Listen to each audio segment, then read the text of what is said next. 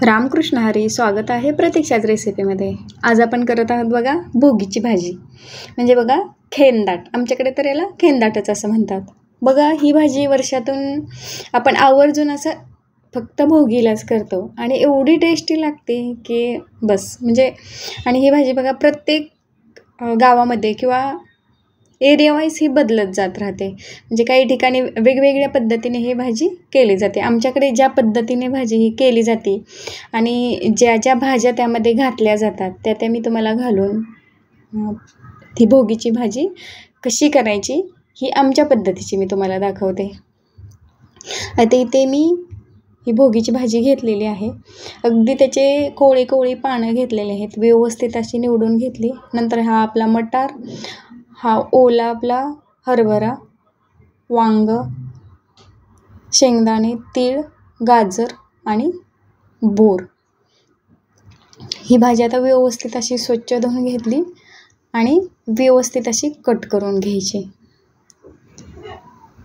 मग आता साईडला एका कुकरमध्ये मी पाणी गरम होण्यासाठी ठेवलेलं आहे आणि एका साईडला मटार मी व्यवस्थित असं भाजून घेते. पाणी जरासं गरम झाल्यानंतर मी जी भोगीची भाजी स्वच्छ धुवून कट केलेली होती ती टाकून घेतली. नंतर त्यामध्ये जो आपण भाजून घेतलेला मटार होता तो देखील टाकून घेतला. त्यानंतर बघा हा ओला हरभरा म्हणजे घाटे हे सोलून ते देखील व्यवस्थित असे भाजून घेतले आणि नंतर त्यामध्ये टाकले. नंतर बोर आणि शेंगदाणे कच्चेच टाकायचे. बघा कच्च्या शेंगदाण्याची एक वेगळी चव लागते. नंतर जे वांग घेतलेलं होतं ते आणि कट केलेलं गाजर हे एकत्रच मी व्यवस्थित असं भाजून घेते. ते देखील व्यवस्थित भाजल्यानंतर त्या भाजीमध्ये टाकून घेतलेलं आहे. आणि हे आपले तीळ ते देखील असे व्यवस्थित शक्य होईल तेवढे मंद आचेवर तीळ भाजून घ्यायचे बघा, म्हणजे त्याचा खमंग असा वास येतो. बघा तीळ देखील आपले भाजून झालेले आहेत. साईडला बघा कुकरमध्ये आपल्या सर्व भाज्या टाकून झालेल्या आहेत. एकदा त्या सर्व व्यवस्थित अशा मिक्स करून घ्यायच्या आणि नंतर त्यामध्ये हळद आणि चवीनुसार मीठ टाकायचं आहे. मीठ टाकून घेतलेलं आहे मी आणि ते व्यवस्थित असं मिक्स करून घ्यायचं आणि कुकरचे 3 ते 4 शिट्ट्या काढून घ्यायच्या.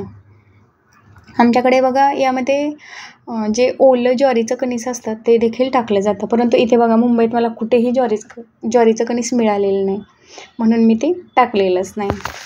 मी जरासे तांदूळ देखील भाजून घेतलेले आहेत आणि त्या तिळामध्येच मी मिक्स केले. आता जरासं खोबरं मी कट करून घेतलं आणि ते देखील भाजून घेतलं.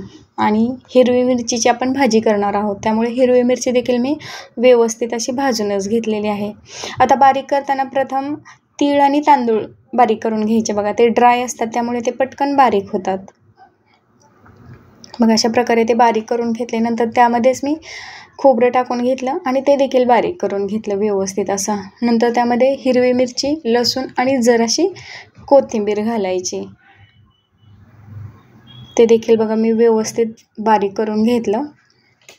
मग आपल्या कुकरच्या साईडला 3 शिट्ट्या झालेल्या आहेत. कुकर मी उघडला तर बघा सर्व भाज्या छान अशा शिजलेल्या आहेत. आता ते एका ताटामध्ये मी व्यवस्थित अशी भाजी अशी काढून घेतलेली आहे. मग अशा प्रकारे सर्व भाजी मी काढून घेतली आणि एक फुलपात्र घेतलेलं आहे. तुम्ही कशाच्याही साह्याने किंवा स्मॅशरच्या साह्याने देखील हे बारीक करू शकता, परंतु बघा मिक्सरमध्ये किंवा हे ब्लेंडरनं बारीक करायचं नाही, कारण ही भोगीची भाजी आहे आणि सर्व भाज्या यामध्ये मिक्स असतात. त्यामुळे तुम्ही ब्लेंडरनं जर बारीक केलं तर त्या सर्व एक म्हणजे अगदी ग्रेव्हीसारख्याच होतात. त्यात भाजी कुठली घातली तेच ओळखायला येत नाही. म्हणून जर अशी भाजी देखील बघा मोठी राहिली पाहिजे, म्हणून म्हणजे त्याची ना अशी वेगळीच अशी चव लागते. म्हणून मी एक फुलपात्र घेतलेलं आहे आणि त्याच्या साह्याने व्यवस्थित असं ते बारीक करून घेते. शक्य होईल तेवढं ते बारीक करून घ्यायचं. बघा अशा प्रकारे मी बारीक करून घेते.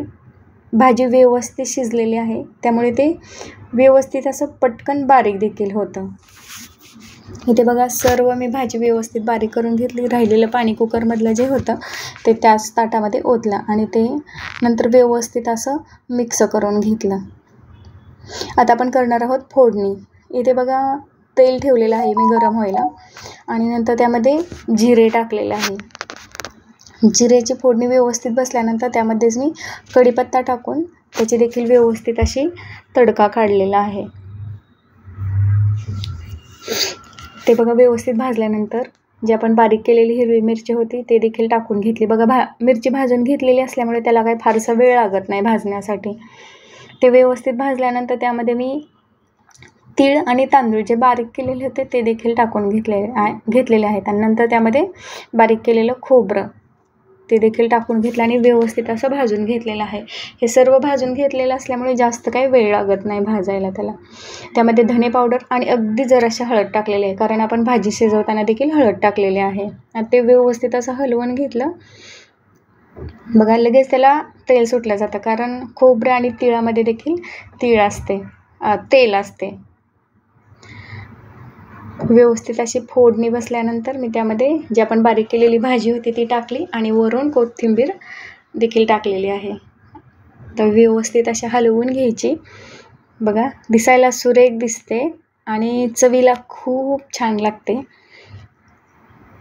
आणि बघा निसर्गाने या दिवसामध्ये बघा सर्व भाज्या या मिळतात आणि या सर्व भाज्या आपण खाल्ल्या पाहिजेत, म्हणून भोगीची भाजीमध्ये बघा या सर्व भाज्या ॲड करतात आणि छान अशी भोगीची भाजी खेंदाट असं तयार केलं जातं. या दिवशी बघा बाजरीची भाकरी तेही त्याला तीळ लावलेले असतात आणि हे आपलं खेंदाट तयार झालेलं आहे. तुमच्याकडे कशा पद्धतीची भाजी करतात ते देखील मला कमेंटमध्ये सांगा आणि माझी रेसिपी कशी वाटली ते देखील मला नक्की सांगा. व्हिडिओ पाहिल्याबद्दल खूप खूप धन्यवाद.